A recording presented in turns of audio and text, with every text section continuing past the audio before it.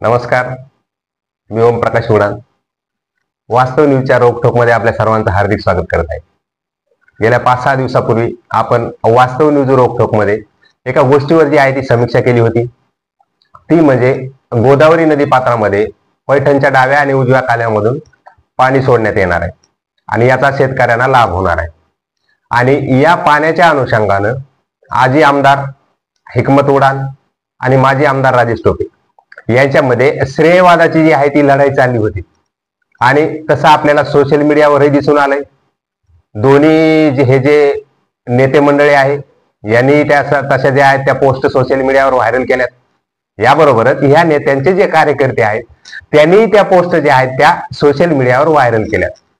परंतु यात विशेष बाबमध्ये ह्यांच्या दोघांच्याही या श्रेयवादाची लढाई झाली हे खरं आहे.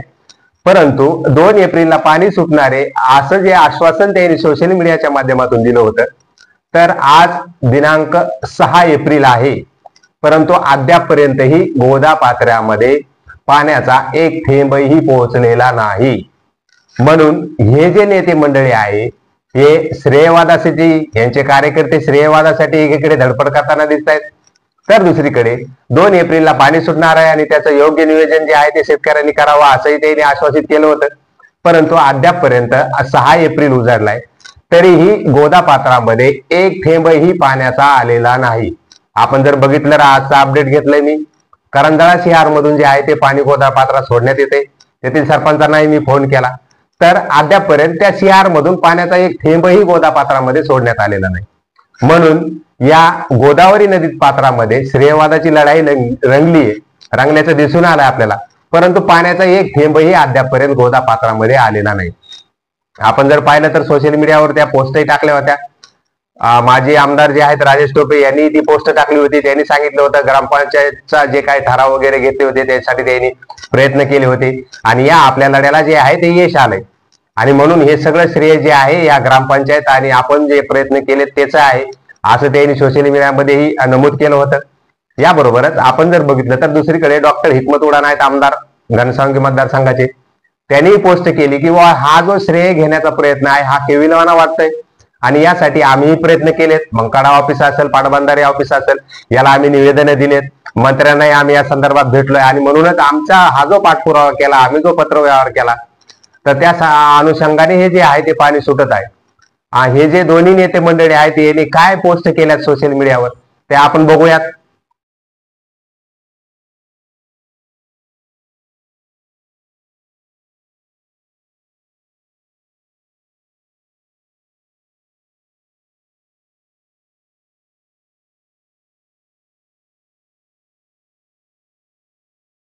हा जो श्रेयवादाची लढाई आहे ही काय थांबवली गेली नाही.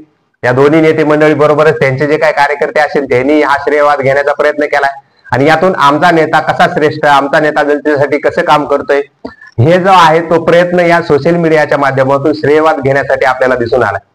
परंतु आज जर आपण अपडेट घेतलं तर आज 6 एप्रिल आहे आणि आज मी करंजळ्याचे सरपंच आहेत, कारण त्या शिहार मधूनच गोदापात्रामध्ये पाणी येते. त्यांना फोन केला तर ते म्हणले अद्यापपर्यंत शिहार मधून एक थेंबही पाणी जे आहे ते गोदापात्रामध्ये गेलेलं नाही. आणि त्यांना फोन केला, नंतर जोगला देवीला एक फोन केला, तुमच्या गोदावरी नदी भारत खोजे आहेत तिथे, त्यांनाही कॉल केला, ते म्हणले आमच्या नदी पात्रात काहीच पाणी आलं नाही. मग एकीकडे ही नेते मंडळी श्रेयवादासाठी धडपड करताना दिसत आहेत, त्यांचे कार्यकर्ते धडपड करताना दिसत आहेत आणि 2 एप्रिल रोजी पाणी सुटणारे त्याचा योग्य पद्धतीने वापर करा असं आश्वासन जे आहे ते दिलं होतं. तसंही त्यांनी सोशल मीडियामध्ये पोस्टमध्ये टाकलं होतं. परंतु आज 6 एप्रिल आहे तरी सुद्धा अद्यापपर्यंत पाणी आलेलं नाही. म्हणून हे नेते मंडळी जे आहे एकीकडे श्रेयवादासाठी त्यांचे कार्यकर्ते असतील ते असतील धडपड करताना दिसून येत आहेत. परंतु आपण त्या पोस्टमध्ये काय टाकलंय, किती तारखेला पाणी सुटणार आहे असं टाकलंय. मग याचा जो मागोवा आहे, याच्या संदर्भात जो पाठपुरावा आहे ते कोण करणार आहे हा बी एक मोठा प्रश्न आहे. तर या पोस्ट शेअर झाल्यानंतर शेतकरी वर्ग जो आहे तो फार खुश झाला. त्याला वाटलं चला श्रेयवादामध्ये कोणीही श्रेय घ्यायला का, आपल्याला आपल्या शेतीसाठी पाणी मिळणं हे महत्वाचं आहे, कारण आपल्या शेती पिकासाठी पाणी महत्वाचं आहे. कुणामुळे सुटलं, काय सुटलं हा दुसरा विषय आहे, परंतु पाणी सुटतंय ना यामध्ये शेतकरी राजा जो आहे तो खुश दिसून आलाय. परंतु आज 6 एप्रिल उजडली तरी सुद्धा अद्यापपर्यंत गोदावरी नदी पात्रात करंजळ्याच्या शिहार मधून एक थेंबही पाणी जे आहे ते गोदा पात्रात सोडण्यात आलेलं नाही. ही एक मोठी शोकांतिका वाटते. म्हणून एकीकडे नेते मंडळी, त्यांचे कार्यकर्ते मंडळी जे आहेत ते श्रेय घेण्यासाठी धडपड करताना दिसत आहेत तर दुसरीकडे शेतकरी त्यांच्या शेतीसाठी लागणारं पाणी याचा आजपर्यंत एक थेंबही जो आहे तो गोदापात्रामध्ये सोडण्यात आलेला नाहीये. म्हणून ही एक मोठी शोकांतिका वाटते. परंतु आज जर आपण बघितलं तर त्या सिआरच्या संदर्भात आपण आजचं जे अपडेट आहे ते बघूया. त्याचे फोटो व्हिडिओ काय आहेत ते आपण बघूयात. त्या करंजाळा सिआरची काय परिस्थिती आहे. आज 6 एप्रिल आहे आणि आज 6 एप्रिलला या करंजाळा जो सिआर आहे तेथून जे गोदापात्रामध्ये पाणी सोडण्यात येते त्याची जी परिस्थिती आहे ती आपण बघूया.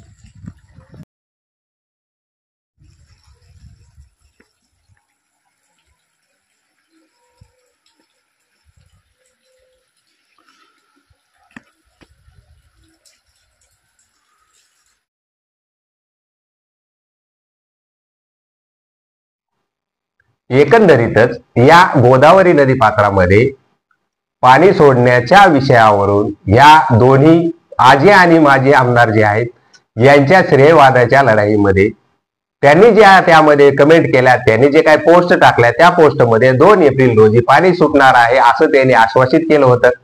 परंतु आज 6 एप्रिल आहे तरी सुद्धा अद्यापपर्यंत जे आहे गोदावरी नदी पात्रामध्ये पाणी सुटलेलं नाही. म्हणून ही एक मोठी शोकांतिका वाटते. या मंडळीने श्रेय नक्कीच घ्यावं, परंतु आपण पोस्ट टाकताना काय कमेंट करतोय, काय लिहितोय याकडे थोडंसं लक्ष द्यावं असं मला वाटतंय. कारण आपण पोस्ट शेअर करून त्याचं श्रेय घेण्यावरून तुमची धडपड चालताना दिसून येते. तुमच्या कार्यकर्त्याचे काही कमेंट त्यामध्ये छान पद्धतीने येतात. आमचा नेता, खरंच आमचा असा नेता, आमचा तसा नेता, ठीक आहे. परंतु आपण ज्या पोस्ट टाकल्या त्या पोस्टमध्ये आपण काय लिहिलं यांचं त्यांना काही लक्षात राहतंय का नाही राहतंय हाही एक मोठा प्रश्न या निमित्ताने उपस्थित झालाय. मग तुम्ही 2 एप्रिल रोजी पाणी सोडणार आहात असं तुमच्या पोस्टमध्ये नमूद केलंय. मग आज 6 एप्रिल आहे, त्याचा पाठपुरावा तुम्ही केलाय का? त्यासाठी तुम्ही काही प्रयत्न केले आहेत का?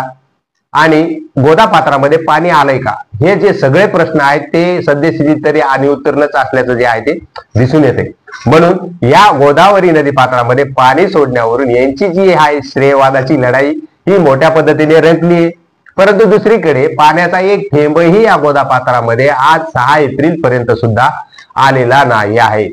म्हणून यांनी हे श्रेय घेण्याचा जो यांचा प्रयत्न आहे त्यांच्या कार्यकर्त्याचा आहे. पण तरी सुद्धा गोदापात्रामध्ये पाणी सोडण्यात आलं नाही. मग आता या गोष्टीचा पाठपुरावा कोण करणार? त्यासाठी अधिकारी कर्मचारी यांना कोण भेटणार? गोदापात्रामध्ये कधी पाणी सुटणार? या सगळ्या प्रश्न जे आहेत या सगळ्या प्रश्नासाठी याही नेते मंडळींनी तसेच जे प्रयत्न आहेत ते करणं गरजेचं आहे असं वाटतंय. दुसरीकडे शेतकऱ्यामध्ये या संदर्भात तीव्र नाराजी जी आहे ती पसरल्याचं दिसून आले. कारण या नेते मंडळींनी मोठ्या मोठ्या पोस्ट टाकल्यात, त्यांनी जे काय पत्रव्यवहार केलाय तो टाकलाय, मोठे मोठे बॅनर जे आहेत काही काही ठिकाणी करून टाकलेत त्यांनी. आमच्या नेत्यामुळं असं झालं, आमच्या नेत्यामुळं तसं झालं. ठीक आहे, झालंय तुमच्या नेत्यामुळं, पण मग आज 6 एप्रिल आहे तरी सुद्धा पाणी जे आहे गोदापात्रात सोडण्यात आले नाही. मग यासाठी तुमचे नेते जे आहेत ते काय करणार? कुणाला भेटणार? कुणाकडे पाठपुरावा करणार? आणि गोदापात्रामध्ये पाणी कधी सुटणार? घोषणा नको, त्याची अंमलबजावणी हवी.